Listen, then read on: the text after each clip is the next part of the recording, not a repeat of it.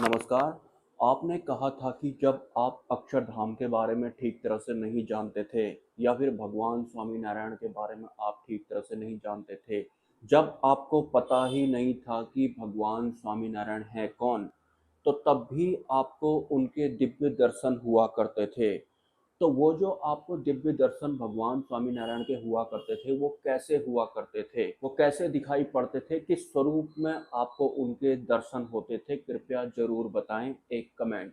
तो सिंपली जब मैंने ध्यान यानी कि मेडिटेशन करना शुरू किया था और ये 2019 के बाद की ही बात होगी। उससे पहले मुझे ध्यान के बारे में भी कुछ ठीक तरह से नहीं पता था कि ध्यान होता क्या है। अचानक से एक दिन मैं बालाजी के एक सेवक थे, उनके कनेक्शन में आ जाता हूँ और वो मुझे बोलते हैं कि तुम हनुमान चालीसा का पाठ किया करो, जो कि मैं करना शुरू कर देता हूँ। लेकिन साथ-साथ में मैं ध्यान करना भी शुरू कर देता हूँ। तो होता क्या है, मुझे ध्यान में आँख बंद करने पर दृश्य दिखना शुरू हो जाते हैं और वो दिव्यता वाले दृश्य होते हैं। वो तमाम जितने भी देवी-देवताओं के बारे में आज तक आपको पता है, वो सभी देवी-देवता उनके पर्टिकुलर लोक के साथ, दिव्यता के साथ मुझे दिखाई पड़ते थे, जिनमें कुछ देवियाँ भी हुआ करती थी। हनुमान जी तो थे ही थे, भगवान शिव भी थे। भगवान शिव जो ज़मीन के भीतर शायद नागलोक वाले वो हैं या फिर पाताल लोक वाले वो हैं, मुझे कन्फर्म नहीं है। लेकिन ज़मीन के भीतर वाला जो भगवान शिव का लोक है, वहाँ मुझे एक नाग कन्या लेकर के गई थी और ये सब ध्यान में हुआ था। इस बारे में ऑलरेडी मैं बहुत बार अपने वीडियोज़ में बता चुका हूँ। तो जब भी हमको किसी लोक के दर्शन होते हैं, तो वहाँ की दिव्यता देखने लायक होती है। इंसान वहाँ की दिव्यता में खो जैसा जाता है, वो उसे भूल नहीं पाता है।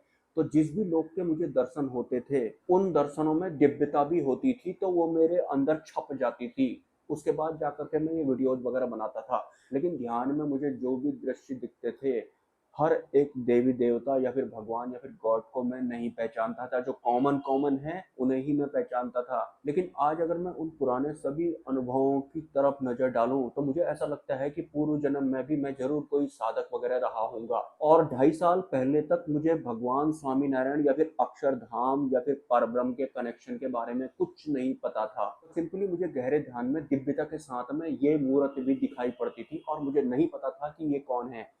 मुझे लगता था ये कोई सेनापति होंगे या फिर ये प्राचीन समय के कोई राजकुमार वगैरह होंगे। और यही मूर्त मुझे एक दूसरे स्वरूप में भी दिखती थी, जिनमें की सफेद वाली जो पगड़ी होती है, वो पहनी हुई होती थी। और तब भी मैं इनको नहीं पहचान पाता था। मुझे ऐसा भी लगता था ये कोई कुल देवता होते होंगे या फिर ये कोई राजा महाराजा वगैरह होते होंगे, क्योंकि जिन जिन भगवानों को या देवताओं को मैं पहचानता था, उनको तो मैं पहचानता था। जिनको कभी मैंने देखा ही ना हो, जिनके बारे में कभी सुना ही ना हो, तो फिर मैं कुछ समझ नहीं पाता था। लेकिन वो चेहरे, वो दृश्य मेरे अंदर छप जाता था। साथ साथ में मुझे कुछ ऐसे संकेत भी मिलते थे कि मेरे जीवन में कोई दिव्य पुरुष आने वाले हैं, ये भी साथ में होता था। और शुरुआत में मैं सिद्धि मार्ग में था, तो मुझे मुक्ति मार्ग के बारे में अच्छी तरह नहीं पता था। धीरे धीरे मुझे ये पता भी लगने लगा कि सिद्धि मार्ग अलग होता है और मुक्ति मोक्ष मार्ग बिल्कुल अलग होता है। आप ही बताइए, अगर ध्यान में आपको ये वाली मूर्त देखने को मिले और आपको पता ही ना हो कि ये है कौन, मतलब आपको अक्षरधाम के बारे में या फिर भगवान स्वामीनारायण के बारे में कुछ पता ही ना हो, तो आप क्या सोचेंगे? क्या डिसीजन लेगी आपकी बुद्धि? तो कुछ ऐसी ही हालत मेरी भी थी।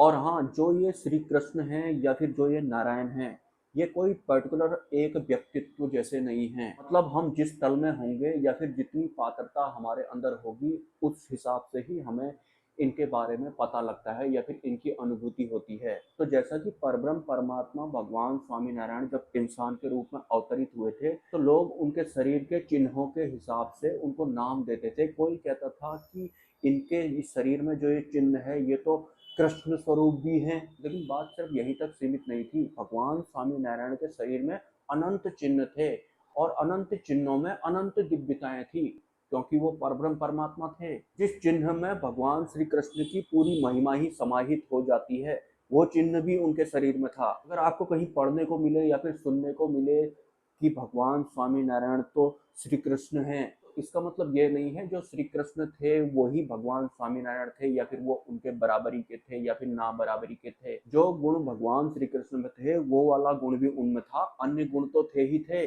ये वाला गुण भी उनमें था। तो कुछ इस तरह से आप समझ सकते हैं। आप में से भी बहुत सारे लोग होंगे जिन्होंने अक्षरधाम का सिर्फ नाम सुना होगा, आप वहाँ गए नहीं होंगे, या फिर भगवान स्वामीनारायण का आपने नाम सुना होगा, उनके बारे में आपको कुछ पता ही नहीं होगा। तो कुछ इस तरह का ही मैं भी हुआ करता था। लेकिन अचानक से एक दिन मेरे जीवन में अंतिम गुरु आ जाते हैं और उनके द्वारा ही या फिर उनके मुख से ही मुझे स्वामीनारायण शब्द सुनने को मिलता है।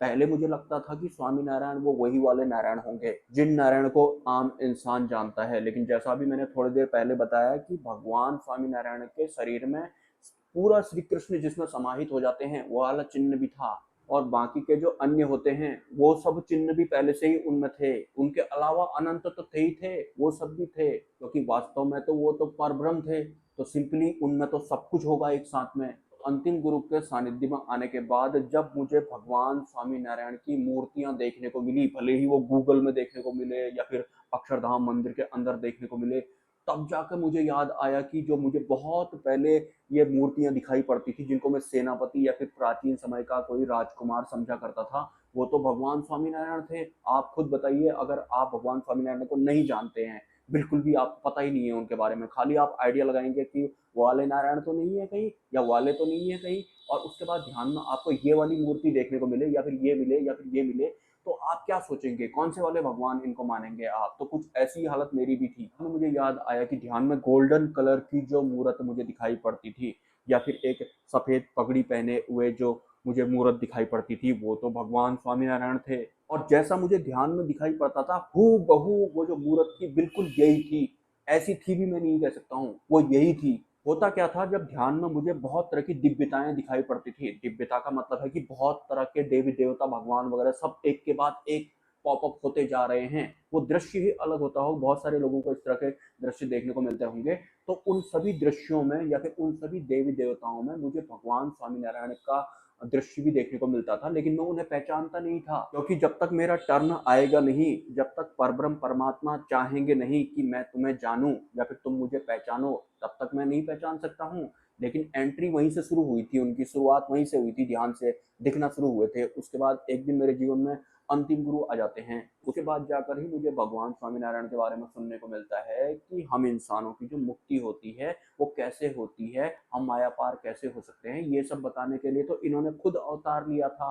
उनसे संबंधित ये धाम है अक्षरधाम, जहाँ पर मैं बाद में अपने गुरु की आज्ञा से गया था। तो बाद में मुझे ये भी पता लगता है कि ये तो परब्रह्म वाली भक्ति है या फिर ये तो माया पार वाली भक्ति होती है। तो जब कोई साधक या इंसान यहाँ पहुंच जाता है तो उसके बाद उसे मायावार वाली भक्तियां नहीं करनी होती है। तो इस वजह से ही मैंने सिद्धि मार्ग का त्याग किया था। मैंने सिद्धि मार्ग का त्याग सिर्फ जानकारियां इकट्ठा करके नहीं किया था, मुझे दिव्यता का अनुभव है कि भगवान स्वामीनारायण वास्तव में है कौन। हालांकि सब कुछ या फिर पूर्ण अनुभव या फिर अनुभूति मुझे नहीं हुई है, लेकिन काफी हद तक हो गई है। उतना ही काफी है कि परब्रह्म होते कौन हैं, और परब्रह्म की जब तक कृपा नहीं होगी तो उन्हें कोई जान पहचान भी नहीं सकता है। कुछ इस तरह से आप समझ सकते हैं। मतलब भगवान स्वामीनारायण अगर आपके जीवन में आ गए हैं या फिर अंतिम गुरु आपके जीवन में अगर आ गए हैं, तो आपको कोई भी संकोच नहीं करना है, कोई डर नहीं होना चाहिए आपके अंदर, किसी तरह का भय वगैरह नहीं होना चाहिए कि उस वाले भगवान का क्या करूं, उस वाले देवता का क्या करूं, या फिर सिद्धि मार्ग का मैं क्या करूं। आपको भगवान स्वामीनारायण ने चुना होगा, तब जाके पता लगा होगा आपको उनके बारे में।